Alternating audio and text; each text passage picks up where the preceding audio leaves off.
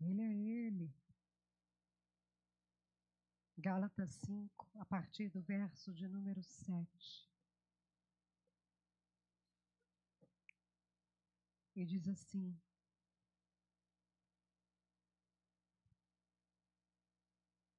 vocês vinham correndo bem. Quem foi que os impediu de continuar a obedecer à verdade, então? Essa persuasão não vem daquele que os chamou. Um pouco de fermento leveda toda a massa. Tenho confiança no Senhor, que vocês não mudarão a sua forma de pensar, mas aquele que está perturbando vocês, seja quem ele for, sofrerá condenação.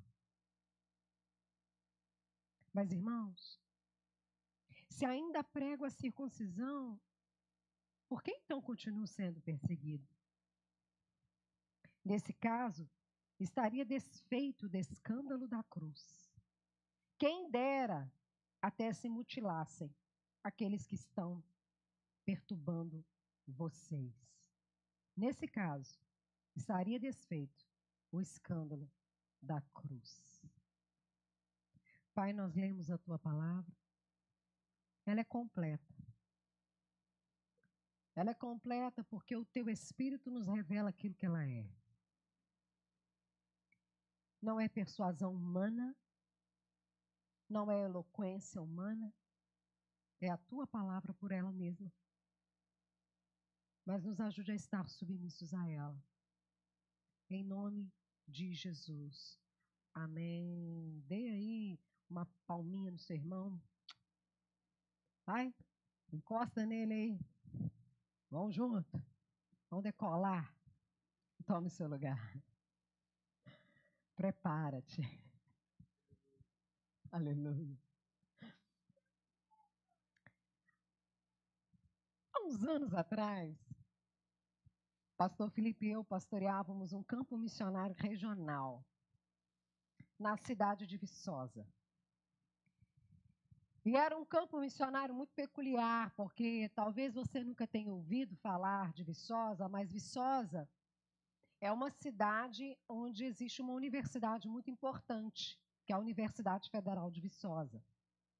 E tudo, gente, respira, sobrevive e vive por causa daquela universidade. Tudo. O preço sobe, o preço desce por causa da universidade. Tudo acontece por causa da universidade.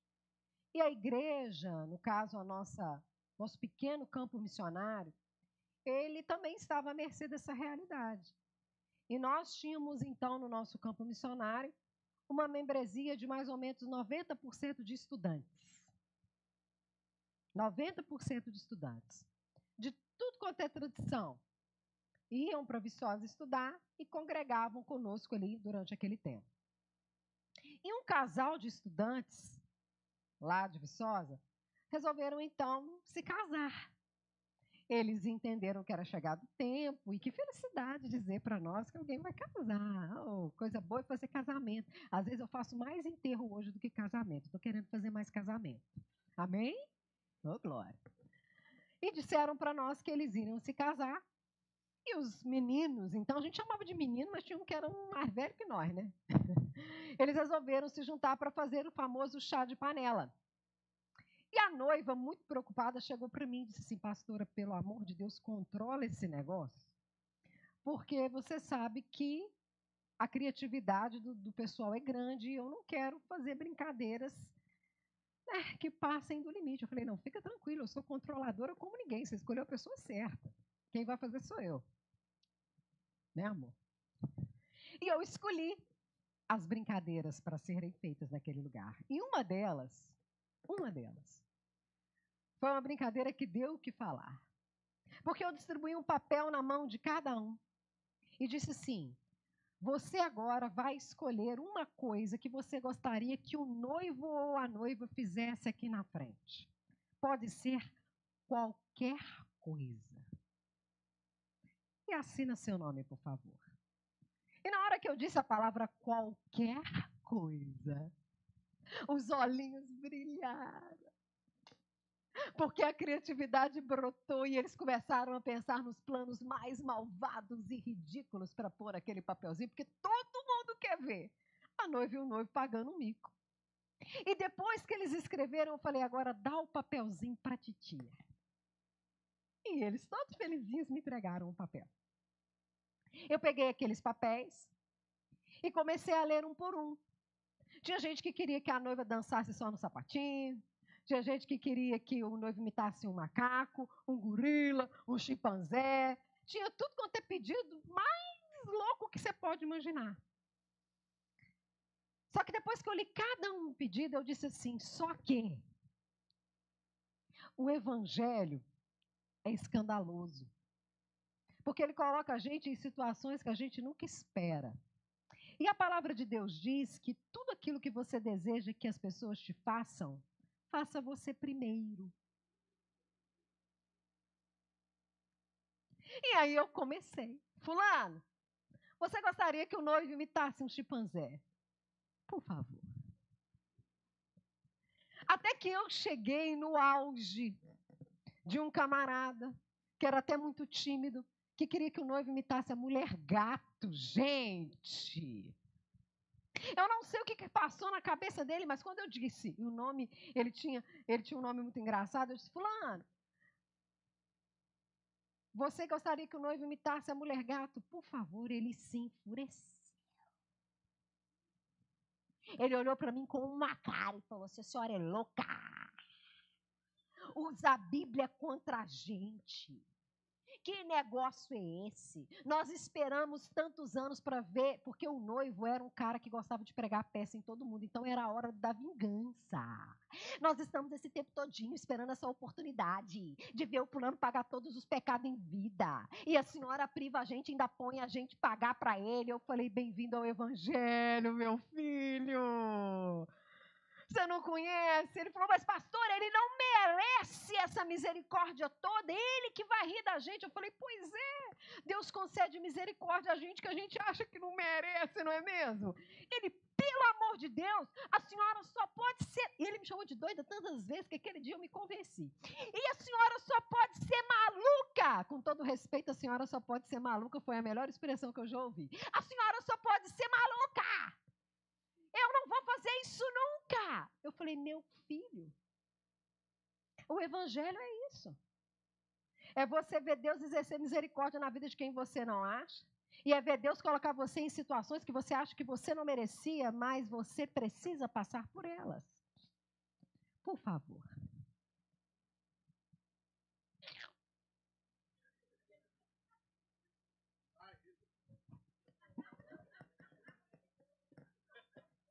Creio em Deus, Pai. E ele fez, gente. Com ódio da minha pessoa. E eu não sei por que até hoje, nem amigo no Facebook meu ele é mais. Mas, o evangelho é isso, você está rindo, né? O evangelho é isso. Tem muitas situações que nós vemos de uma maneira simples, essa só foi uma brincadeira, Deus fazer coisas que nos escandaliza. Como assim? O Senhor tem coragem de dar misericórdia para uma pessoa que eu acho que não merece o evangelho, o escândalo da cruz. Ele nos humilha, porque ele nos coloca diante da incompreensão do amor de Deus que nós nunca, ouça isso, nós nunca vamos entender o suficiente. Deus ama e ponto. Por quê? Porque sim. Porque Ele é o amor. E Ele ama todas as pessoas porque Deus amou o mundo. De tal maneira que deu seu Filho para que todo... Não é para você que é lindo, maravilhoso e frequenta todo domingo? Não é para você que anda bonitinho, com cara de crente, é para todo. Aquele que nele crê, não pereça, mas tenha a vida eterna. O que Jesus fez, a cruz, o seu amor, nos humilha, é escandaloso e nos coloca diante do nosso orgulho. e da nossa incompreensão de quem é Deus e de como Deus faz as coisas. E é exatamente sobre isso que Paulo está falando. Paulo escreve aos Gálatas diante de um problema muito grande. Os Gálatas, eles estão aprendendo ensinos totalmente equivocados. Paulo prega que eles deveriam aceitar Jesus pela fé, porque o amor de Deus é incompreensível, porque ninguém é merecedor desse amor, mas que Deus quis mandar o seu Filho para poder salvar o mundo e que eles, mesmo sendo gentios, não tendo sangue puro, não participando de um povo puro, não tendo ritos considerados os mais puros, eles também foram alcançados por esse amor de Deus. Eles entendem isso, eles abraçam isso. Só que, muito rapidamente, eles começam a se enveredar por outro lado. Porque ensinos enganosos começam a entrar na comunidade, por quê? Porque isso agrada o nosso orgulho. Eles começam a aprender que, tudo bem, Jesus morreu para nos salvar, mas existem algumas coisas que eu preciso fazer para alcançar o coração de Deus, para agradar a Deus. É como se eles estivessem dizendo que precisam fazer algumas coisas para serem salvos. E o apóstolo Paulo, então, escreve para eles, todo indignado. E na altura do capítulo 5, ele diz: quem foi que enganou vocês a respeito disso? Porque somente pela fé nós podemos abraçar esse incompreensível amor de Deus. Não se trata daquilo que a gente faz, se trata daquilo que Deus é e ponto final. Não existe nenhum esforço humano, nenhuma prática religiosa, por mais pura que pareça, que possa fazer com que nós sejamos merecedores da graça de Deus. Quem foi que enganou vocês? O apóstolo Paulo, então, começa a colocar diante deles uma realidade. Nós devemos tomar cuidado com os ensinos enganosos que perpetuam no nosso meio e que agradam o nosso orgulho. E ele usa uma imagem super interessante do fermento na massa. Quando nós fazemos um pão, você pode até não ter visto o padeiro, ou a cozinheira, ou a mulher, ou o homem ter colocado o fermento lá, mas você sabe que tem fermento. Sim ou não? Porque ele cresce. E o apóstolo Paulo, então, entende e mostra para eles que o ensino que eles estavam recebendo e a prática que eles estavam vivendo estava tão errada porque algo estava crescendo na comunidade. Ele diz assim: se vocês fossem salvos por aquilo que vocês fazem, vocês não estariam devorando uns aos outros. Vocês ficam aí, correndo atrás de ensinos equivocados, aprendendo quantas vezes devem lavar as mãos, como que devem entrar, se é com o pé direito, se é com o pé esquerdo, que músicas podem cantar, que músicas não podem cantar. Vocês ficam aí, preocupado em tocar chofar para entrar, tocar chofar para sair, preocupado com ritos humanos, achando que isso vai trazer sobre vocês algum favoritismo. Deus não tem favoritos, cuidado. Um pouco de fermento leveda toda a massa. Cuidado. A prova de que vocês perderam a fé genuína é que vocês devoram uns aos outros. Se a prática de vocês fosse tão santa, tão boa, não haveria maledicência, não haveria discórdia, não haveria disputa e não haveria briga entre vocês. Mas não é o que eu vejo. Porque a verdadeira fé, a fé genuína, ela é expressa através do amor. Porque se Deus deu o seu Filho para nos salvar, nós, semelhante a Ele, também damos a nossa vida uns pelos outros e não ficamos disputando quem que é o maior. Paulo, então, pega a realidade deles e joga na cara deles. Se vocês estivessem certos, isso tudo de ruim, de injustiça, de maldade, de divisão, de partidarismo, de discussão, não estaria acontecendo na fé de vocês, na comunidade de vocês. Isso só prova que tem fermento nessa massa, tem ensino equivocado e vocês abandonaram a fé genuína, porque a fé genuína é expressa através do amor. E Paulo pergunta para eles no capítulo 4: aonde está a alegria de vocês? Aonde está a generosidade de vocês? Porque quando eu estava com vocês, e o apóstolo Paulo aparentemente estava enfermo quando estava com os Gálatas, ele usa a seguinte expressão: vocês me acolheram como se eu fosse o próprio Cristo.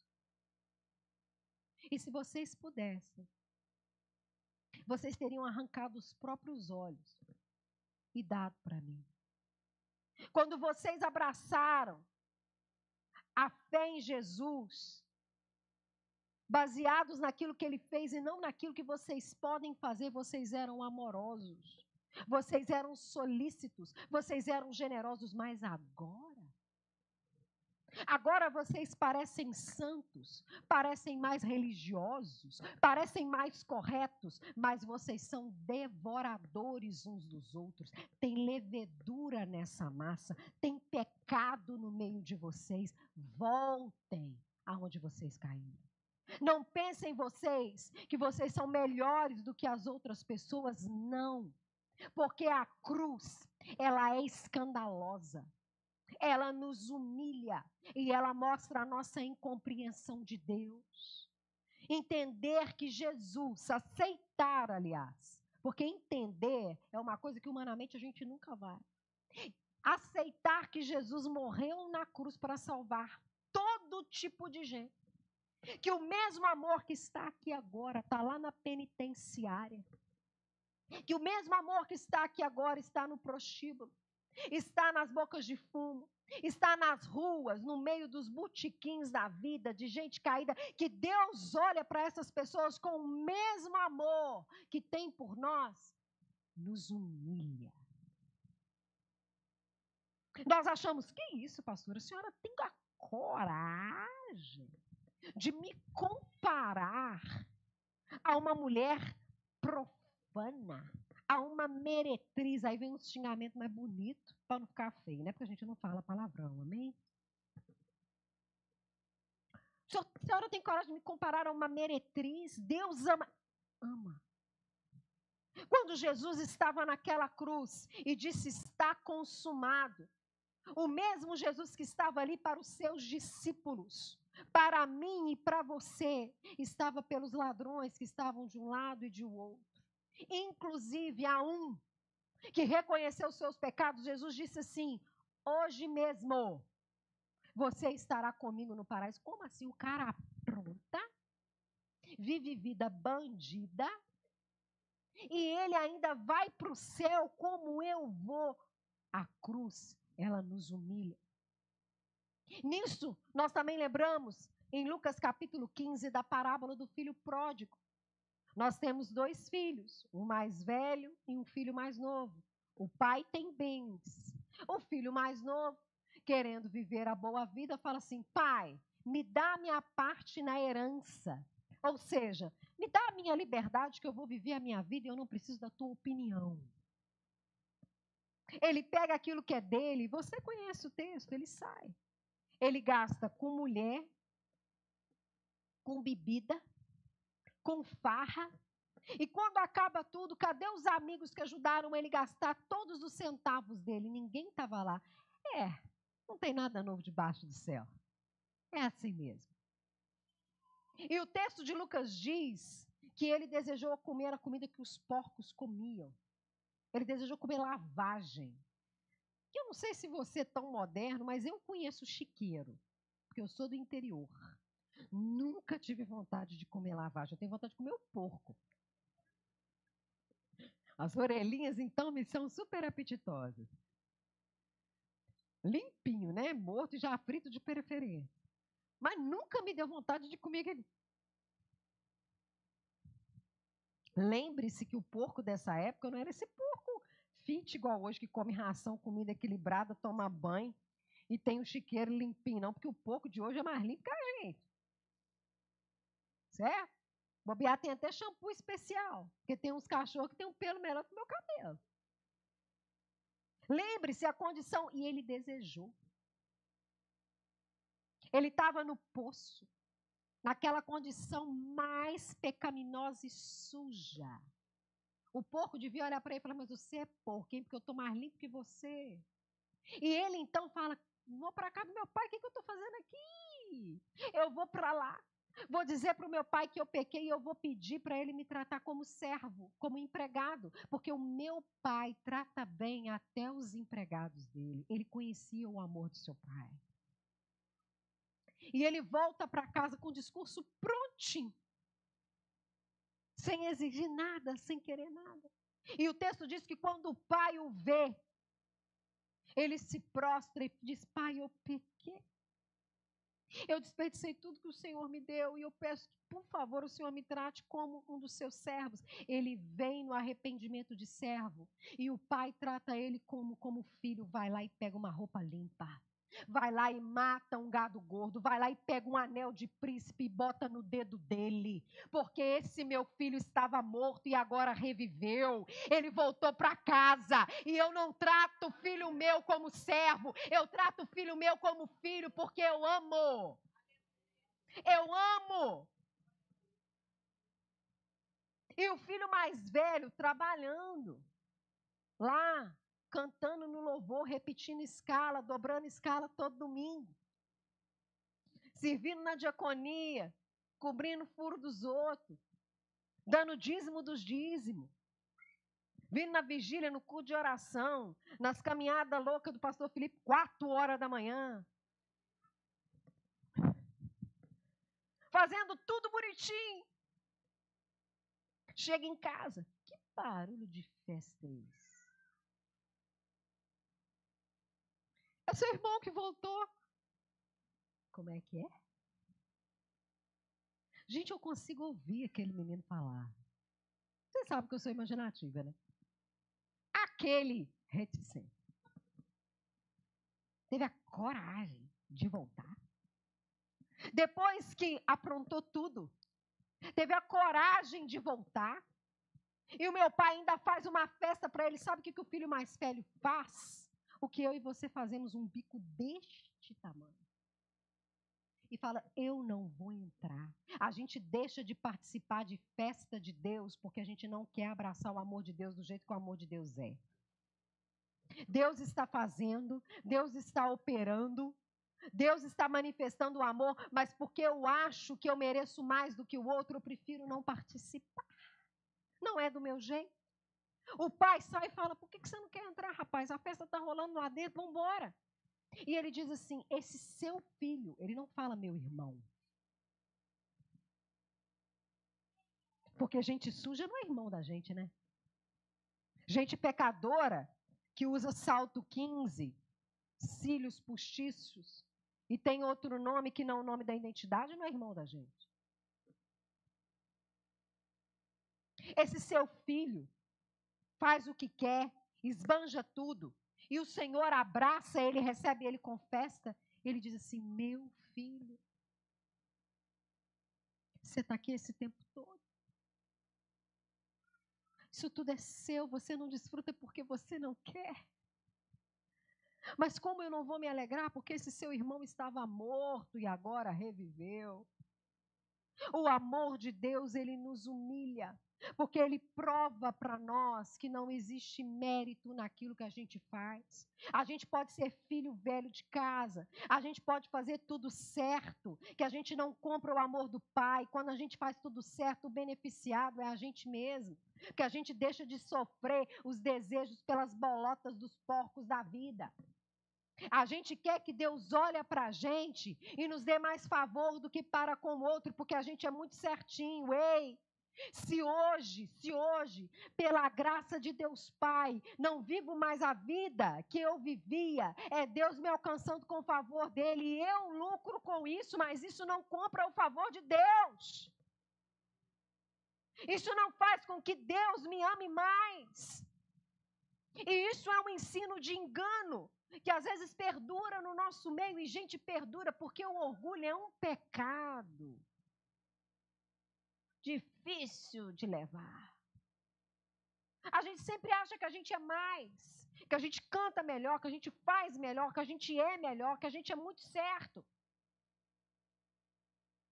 Sempre, sempre, sempre isso acontece no nosso meio. Paulo fala, olha, cuidado, isso é um fermento, isso leveda toda a massa. A cruz, ela é escandalosa, o amor de Deus não se explica, o amor de Deus se recebe. O amor de Deus se abraça, o amor de Deus se vive. E pare de achar que vocês merecem alguma coisa, porque o que vocês estão fazendo é tendo mérito nisso, é buscando mérito nisso e gerando assassinato no meio de vocês. Porque o filho mais velho da parábola de Lucas 15, se pudesse, tinha falado com o pai, e aí, vai ser na faca ou na forca? Não é isso que a gente costuma dizer? Também, como eu conheci um irmão certa feita, estava dando testemunho que Deus restaurou o casamento dele. E tinha uma senhora vivendo uma crise no casamento, crente, o marido crente, sentado no banco. Eu estava perto. Essas coisas têm que acontecer só perto de mim. Olhou, tá vendo, fulano, o que Jesus faz? É, porque ele já casou 7 vezes. Na minha 7ª esposa, quem sabe ele restaura o casamento. Nós não esquecemos do pecado alheio. E quando Deus alcança, Deus restaura, Deus trabalha, a gente se ofende. A gente sente, e Paulo está dizendo, olha, cuidado, a cruz sempre será escandalosa. O que Deus fez não se explica, não tem como se explicar. E é humilhante sim, porque por graça Ele nos alcançou, e por graça nós somos santificados. E se hoje vivemos uma vida melhor do que vivíamos no passado, também é pela graça, porque se não fosse pela graça, nós não conseguiríamos fazer aquilo que Ele anseia de nós. A mesma força perdoadora que nos justifica é a força que nos santifica. E tudo vem dele, tudo é por meio dele, tudo é por causa dele. E o apóstolo Paulo fala, cuidado. Nós nos acostumamos com o sagrado e nós começamos a deixar coisas sutis entrarem em nós e roubarem de nós a graça. E ele diz aos Gálatas algo extraordinário. Quem foi que enfeitiçou vocês? É como uma obra de feitiçaria. É como algo que uma feiticeira, um encanto é colocado no meio da cabeça da gente. A gente olha com julgamento, a gente olha com desprezo, mas Deus ama. Ama como nos amou. Ama como nos ama. Deus não tem os seus preferidos. Certa feita uma pessoa disse assim, João era o queridinho de Jesus. Recostava a cabeça no peito dele. Que isso, gente?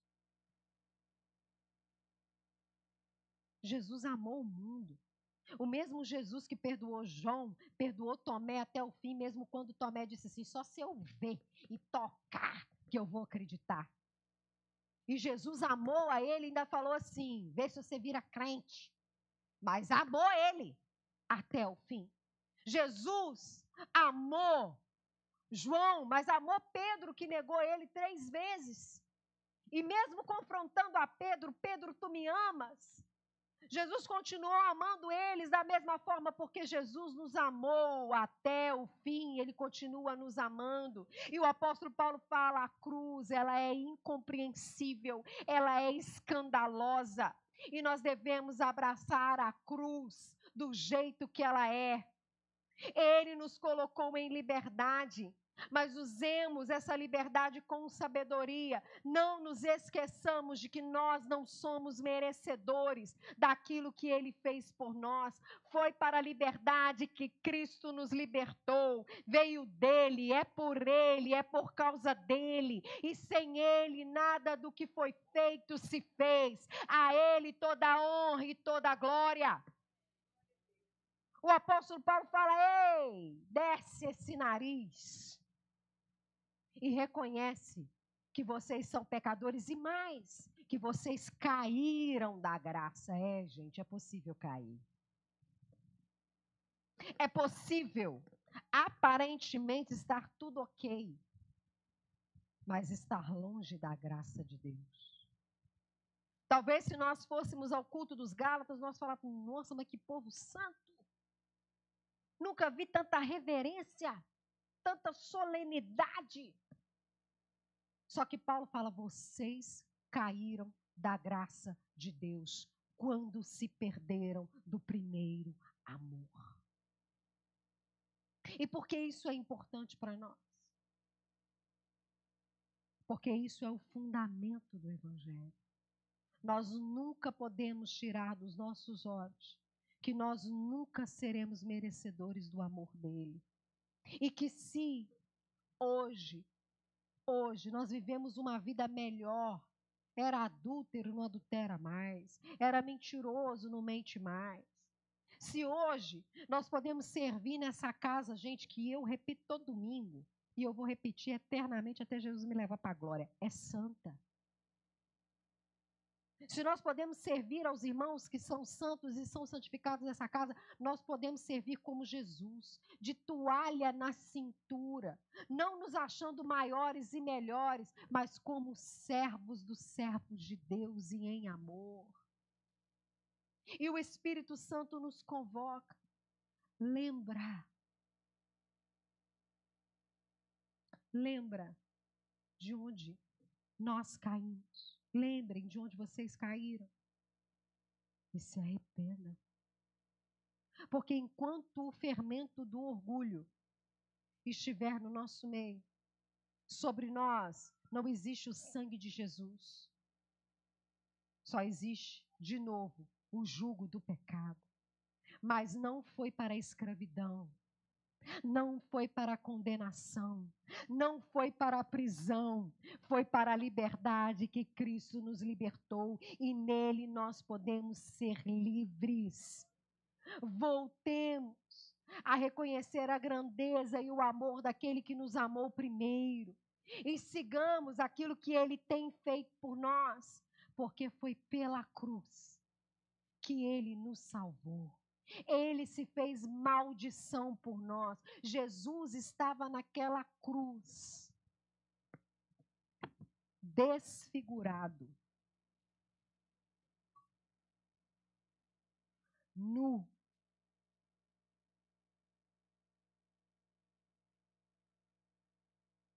exposto, sofrendo.